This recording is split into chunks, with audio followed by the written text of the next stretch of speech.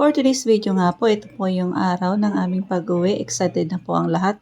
Tagal na namin hinintay ito. Isang taon din kami naghintay para makauwi. At salamat nga po pala sa nakahanap po kami ng pamasahe dyan. Sana all naman talaga. Ayan po pa. Punta na po kami sa terminal niyan. Mga bandang alauna pa lang po yan.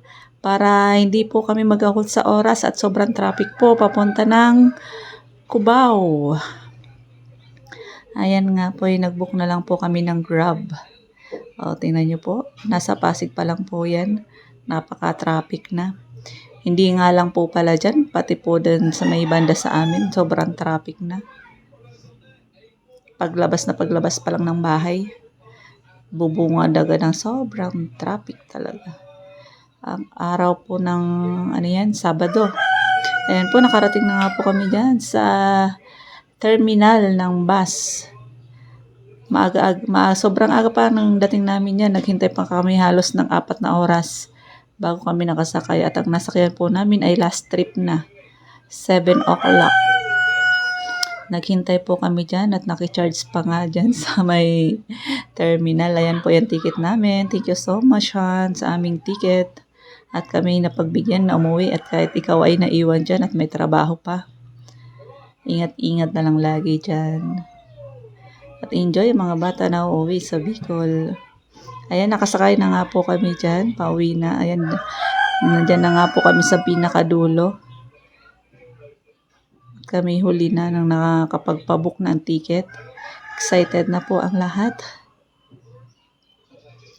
And then, yan, tuwan-tuwa naman ako kasi may charger pala sa loob.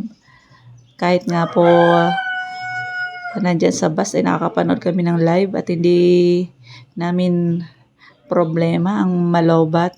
Ay nga po ay nasa Bicol na po yan. Maulan po pala dito. Yan po ay banda pa lang ng Pamplona.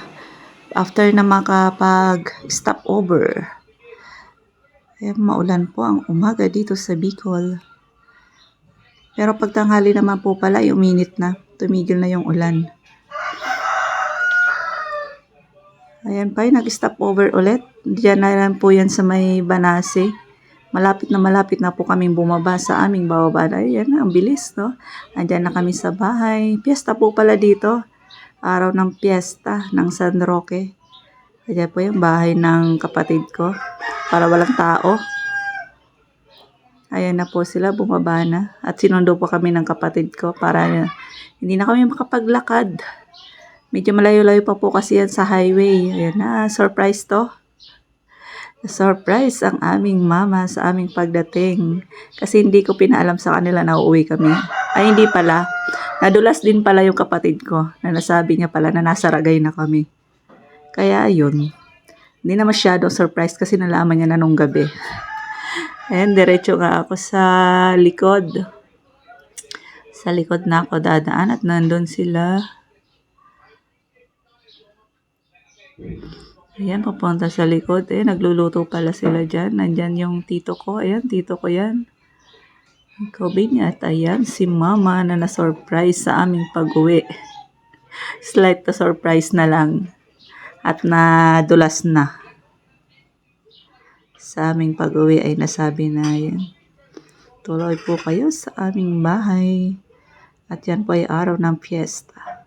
Sila ay abalang-abala pa dyan.